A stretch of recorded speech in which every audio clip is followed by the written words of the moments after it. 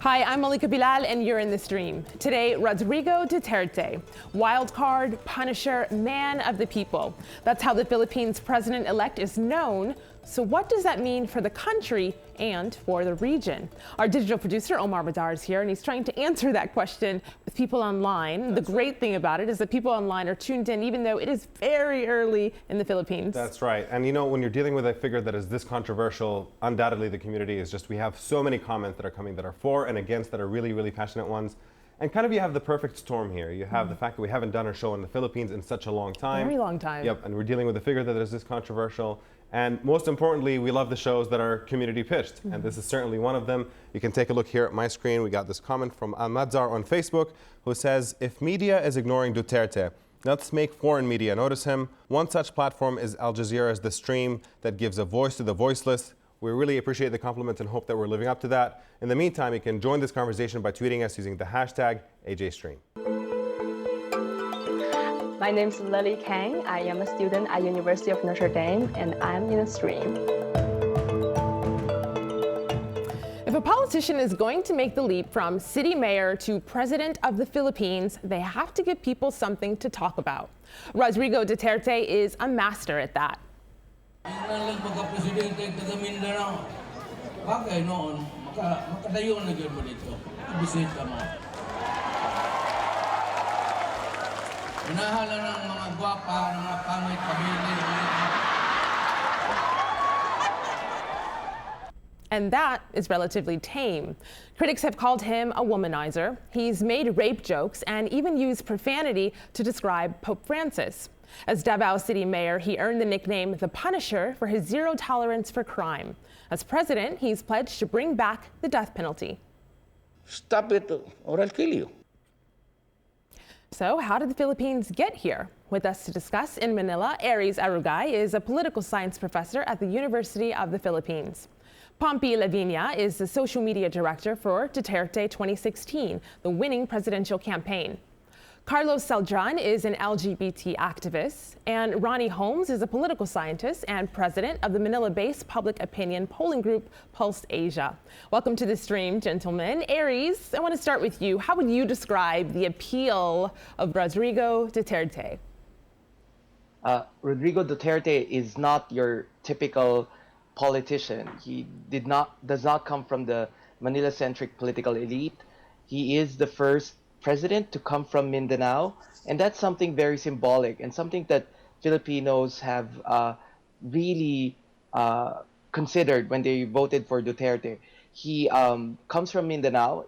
Mindanao is often seen as resource rich, but that's where a lot of poverty and inequality and conflict comes from. So Duterte is coming off really as something relatively fresh. He is abrasive, at the same time raw, but we've had our share of very polished, very articulate, very intelligent politicians, and it hasn't gotten us anywhere so far. Carlos, is that how you would describe it? I know you have family in Mindanao. I would agree with everything that he says completely and absolutely. But it's also his kind of unpredictability, his abrasiveness that kind of creates attention. Not attention as in giving attention, but sort of like it creates some sort of discord, I guess, with international communities that don't quite understand where he's coming from and where he's going to. Abrasiveness, like what? Give us an example. Like the jokes, rape jokes, his use of bayot, which means homosexual, in pejorative manners. Just basically talking a bit off the cuff, which people like in the Philippines find refreshing.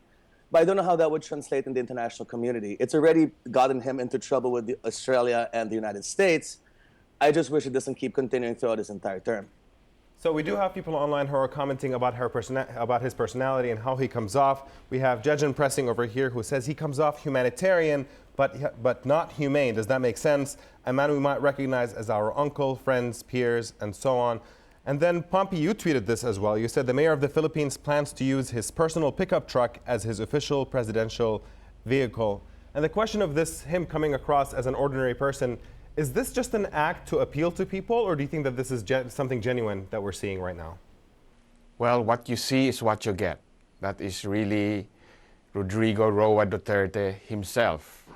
That's the truck he's driven ever since he became mayor, and he's had total of 6 terms. That's 18 years. He has always driven a pickup truck.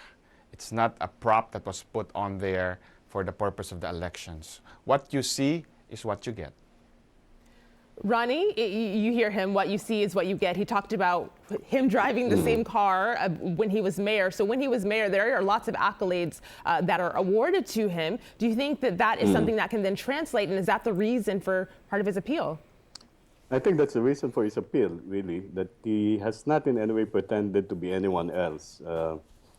During his declaration for his candidacy, when he came out, it was he admitted that he had several women. He also said that he will kill all criminals, whether that's blaster. That was something that really appealed to a significant segment of the population. So you have a candidate, when he was a candidate, he basically took out all possible criticisms against him. And despite, let's say, the cursing of the Pope in our own poll, we saw only a slight decline. And after he made the controversial rape joke, while there were a number of people who were repelled by the rape joke, many of his supporters did not withdraw their support. I think it's for the reason that he really just simply presented himself for who he is. In his own words, he's a person, he's a man of many flaws and contradictions. You know, Ronnie, when you said that the appeal didn't necessarily drop with the rape comments, Carlos's face, his eyes got wide. Yeah. He shook his head. Carlos, what were you feeling? Well, although he may seem like a very simple man, there's also things that are in discuss. That this man is also part of a dynasty. His parents were also politicians in Davao, generations of politicians. He's from a family. The simplicity has come across, but we've had a president who was like that before. Erap Estrada, who seemed very populist, had the same sort of simple man appeal. Let's just see how long this appeal can last, considering like what he will be achieving in the next 6 years. So we do have some people online who are commenting. Here's the thing: we have some people online who don't think that it's all personality; that it could also partially be his track record. We have Nope Not Becky, who comments in saying he turned the killing fields of Asia, Davao, where he was mayor, into one of the most livable cities in the Philippines. And then we have Raven over here who says he had done it when he was the mayor of my city. He will do it for the entire nation. We believe in him, and that's what's important. Aries, do you think that this is where the support essentially comes from, that it was really a track record that people can point to, or is it more than that? The track record speaks and resonates very loudly. And this is very important if you have previous administrations that have been unresponsive to people's needs, that have not really lived the lives of ordinary Filipinos who line up on the trains every day, who experience insecurity in their communities, who know someone who've been victims of illegal drugs. These are pressing issues that have previous governments they've been deaf and blind to these issues. So the problem here is that you have Duterte becoming a lightning rod to all these discontent and dissatisfaction. And the problem really is that we have weak parties in the Philippines. So even if he's part of a local dynasty, the main difference with Duterte is that has not transformed into a national political dynasty, as we have seen with Estrada and the other politicians until now. You mentioned the resonating with people. Pompey, I want to show our audience a little something about how that resonated, at least how it looked online. This is just one of the many Facebook pages in support of the president-elect. This one has more than 200,000 members of it. Rodrigo Duterte for president. Here's another one. Change starts now is the hashtag for that. And these are unofficial pages that people use. They just kind of popped up during the campaign. This last one has a quote from Duterte. I don't care if I burn in hell for as long as the people I serve live in paradise. So you see that, and then I want to show you one more thing on how this translated. You see the reach that the social media campaigns of the Duterte campaign had. 21 million people is what his videos on Facebook reached. And I know that part of that was an effort of you, Pompey. What was it that made you join the campaign? What did you see that spoke to you? Well, basically the same reason why Filipinos chose him. It was the right man with the right issues at the right time. You had a man that was incorruptible, in my view, with legendary courage and political will, totally disinterested in personal wealth, and patriotic. And the issues of the day that he carried were crime, corruption, and drugs, which were the most important issues. Now, Professor Holmes will tell you that these were actually number 2 and number 4 and number 7 on their own survey on what issues were important to Filipino voters this time.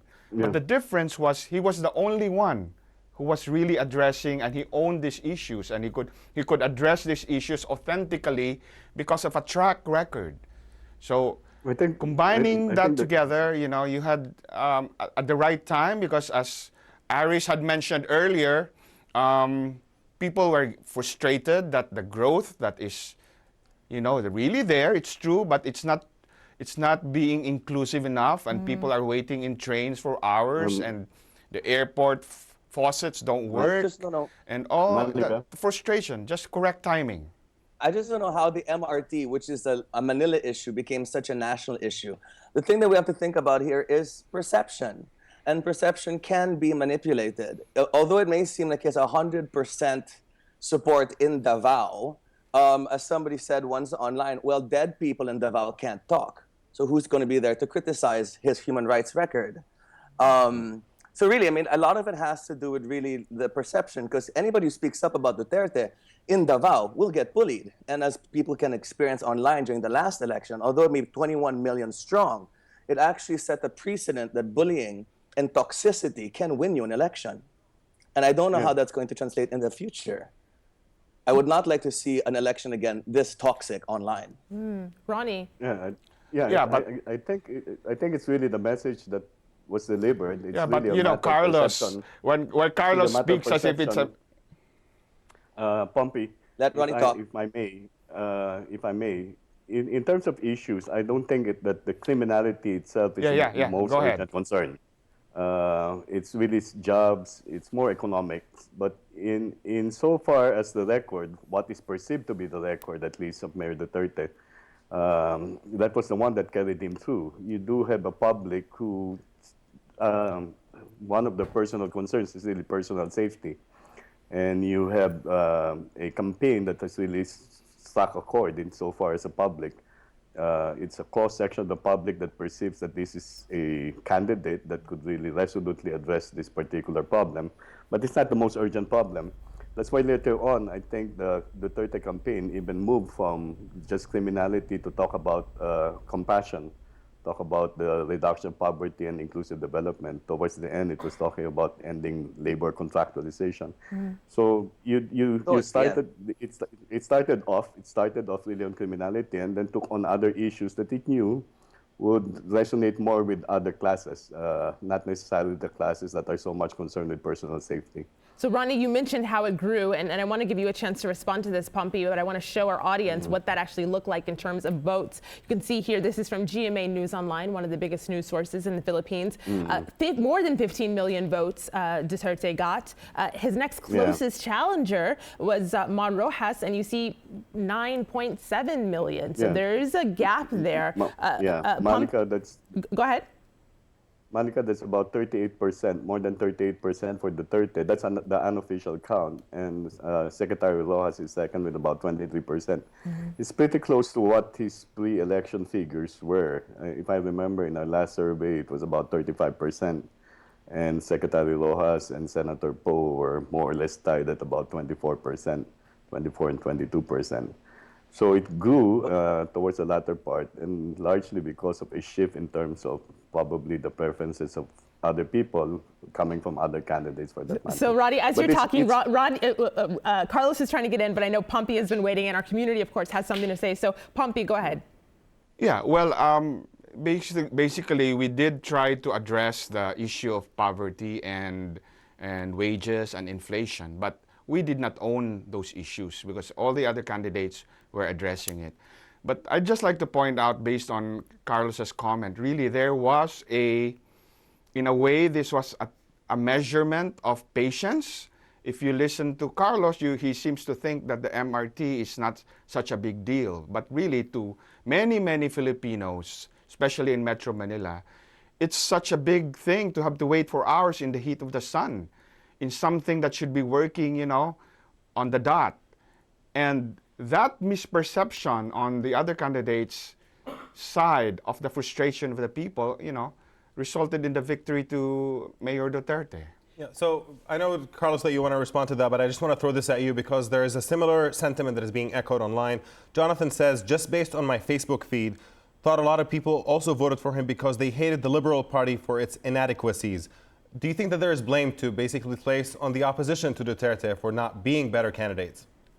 Oh, no. I blame the opposition for not taking social media seriously and seeing how issues like the MRT can be blown completely out of proportion. And the MRT, of course, for our international audience, is the railway system that runs through Manila, a railway Manila system and which other has parts. been mismanaged, which has been mismanaged for more than 20 years. It's been focused upon being a problem of the last administration, when it's actually been a problem of the last 4 administrations, being run by a person who has been accused of corruption, the MRT Holdings Company, the private partner of the government. So I think really what the opposition's problem was is that they underestimated social media. Because as I said also, aside from being perception, although the popularity may seem huge, remember that this is a multi-candidate election. This is not between 2 people. So although Duterte may seem like he has a majority, 38%, 62% of the Philippines still did not vote for him. And that creates quite a challenge in the next 6 years. How to bring the other 62% on board with him. Well, no president has ever gotten a majority Exactly. in Philippine presidential politics. And this is part of the electoral system of the country.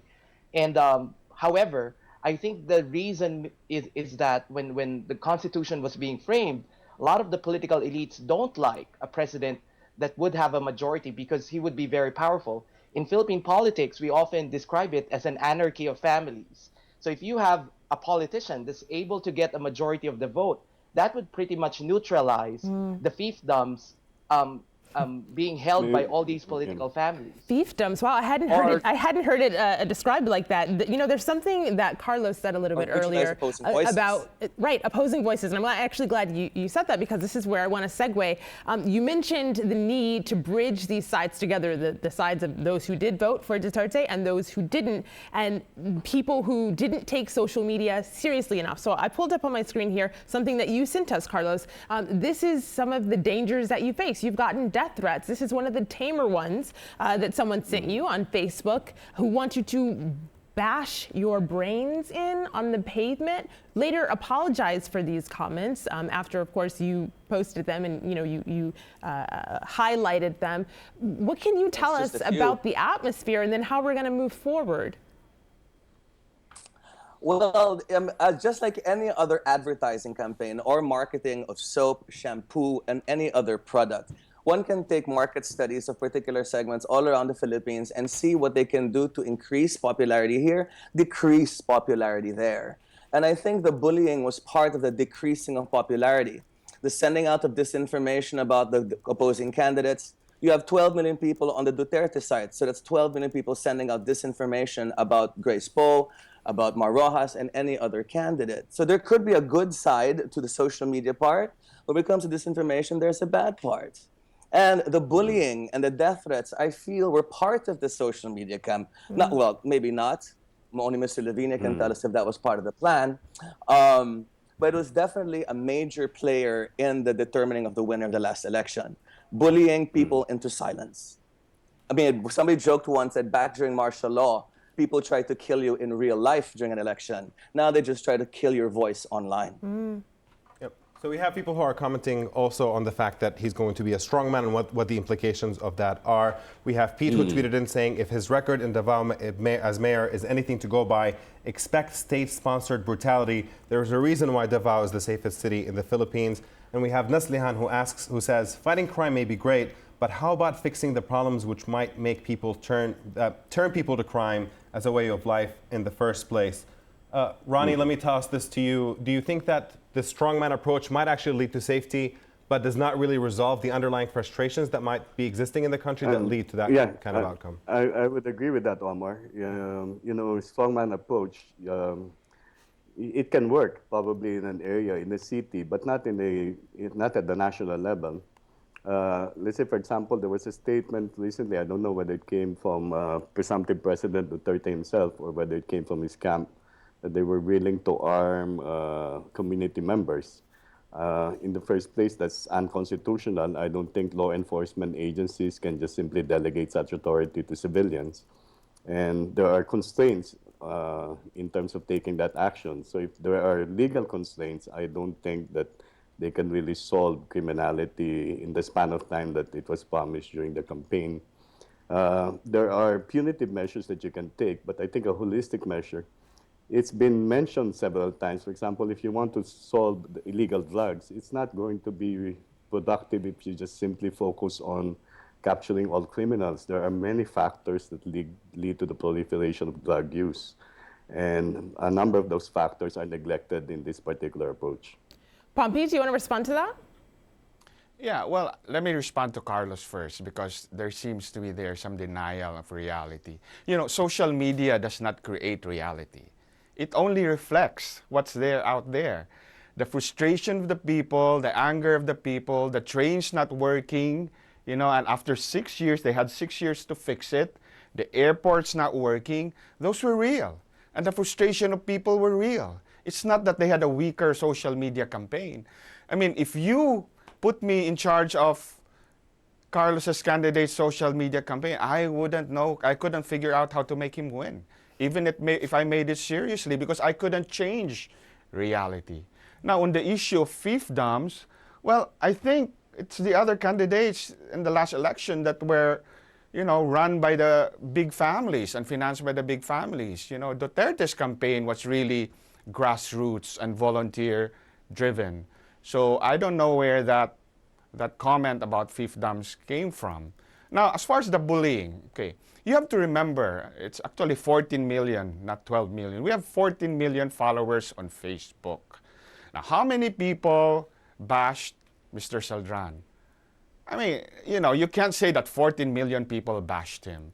And he's got to admit also, he called the supporters of Duterte Dutertards, which is like what? Basically saying they're retards. And these are, now there's how many millions? 16 million retards in the Philippines because they just happen to like this man and the issues that he stood for. Well, I want to pause you there, Carlos.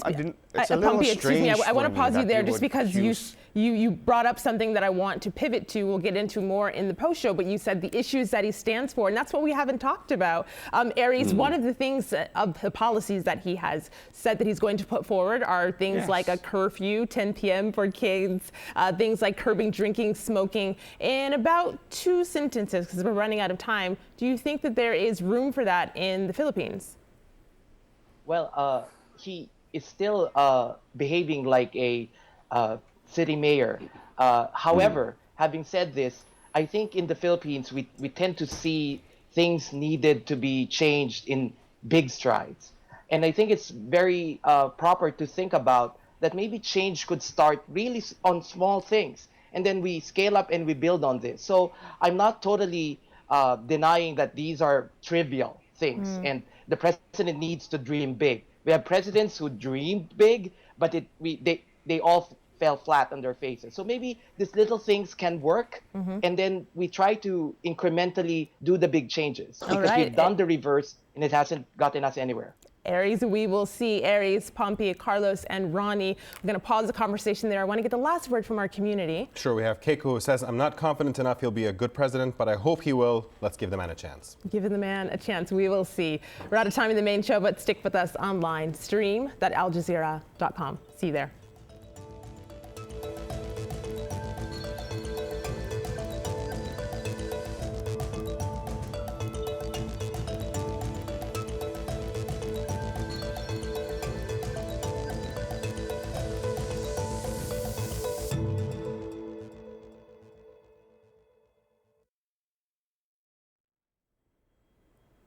Welcome back. If you're watching this, you're online with our post show talking about the Philippines' controversial president-elect Rodrigo Duterte. We're going to get right back to that discussion. We were talking about some of the issues, the policies that he has put forth. He's not yet in office. He's the president-elect, of course, and so we'll see if they will come to pass. One of them is one I pulled up on my laptop. This is an article just from earlier today. Philippine communists welcome unofficial cabinet offer. So the president-elect says he's likely to offer 4 positions, 4 posts to Communist Party that could bring peace. Of course, there has been fighting and a history there. There's also an issue with rebels in Mindanao, and that is an issue that people in our online community, of course, are talking about because we have residents who are talking to us from there. That's right, and we actually got a video comment from somebody who's commenting specifically about the prospects of getting this issue resolved. It's from Nouraini. Take a listen to what she has to say. I believe in Duterte's sincerity, and I know that he will try his best to fulfill his promise of correcting the historical injustice made against the Mindanaoans. Will it be enough to achieve lasting peace? That remains to be seen. We look forward with positivity and hope during the next 6 years, but we have to do it together for the sake of the future generations. And with this, we hope brighter days are ahead of us. So, Carlos, setting aside all of your reservations on Duterte's domestic policies, when it comes to something like this, do you think that he has a chance of actually affecting some positive change? Oh, he has a great chance. It's what he does with it after. Because as you put out that article there, the communists and giving them positions in the cabinet, you know, that may sound like a unifying act, but one has to remember that the communists historically have always been against the Philippine military. So this will also create tension internally. So I wish that as he says these strong comments, that he will also tread lightly to see what kind of things will be displaced by shaking the system up so much. I mean, I believe in change, but I think change should be done slowly, gradually, and with a lot of thought. I don't know if that's the direction that Mr. Duterte is going to be taking. Ronnie, you're nodding your head there. No, I think in terms of issues, presumptive President Duterte has the biggest chance in terms of solving the Mindanao conflict. He has been in touch with the MILF, he has been in touch with the MLF. Even with regard to the communist insurgency, Joe Masison is a former professor of his. Although I don't really agree with the offer of 4 cabinet positions to the Communist Party, I think it has also been clarified that they need not necessarily be from the Communist Party. They will look at a short list of recommendations from the Communist Party, but they might just simply appoint progressives there. Although I agree with Carlos, what we've had in the past, specifically under the government of Cory Aquino, this is after 1986, it was a cabinet that was composed of people coming from the left to the right. This is going to be a test of the capability of Mayor Duterte to really mediate between groups that are ideologically different or polarized. I don't know, it has not been seen whether he can do it, because you do have former military generals in his group, and you're bringing in members or progressives from the left. In Cory Aquino's time, there was some factionalism. There was a lot of factionalism, and it led to the resignation of a progressive labor secretary. Now Mayor Duterte is offering it to the Communist Party to identify recommendations or recommend people for that particular position. That might also repel some business groups who might think that this is something that will be basically detrimental to the business sector. So how do you now mediate? We have not seen how presumptive President Duterte's capability in terms of mediating between disparate groups. Right. You know, you mentioned factionalism. Pompey, I want to show you one more possible cause of concern. This is a tab from ABC. Rodrigo Duterte very likely to face coup if elected Philippines president. Now, he has been elected Philippines president. This is from opposition politicians who are saying this. What's your forecast on how you see this playing out, Pompey?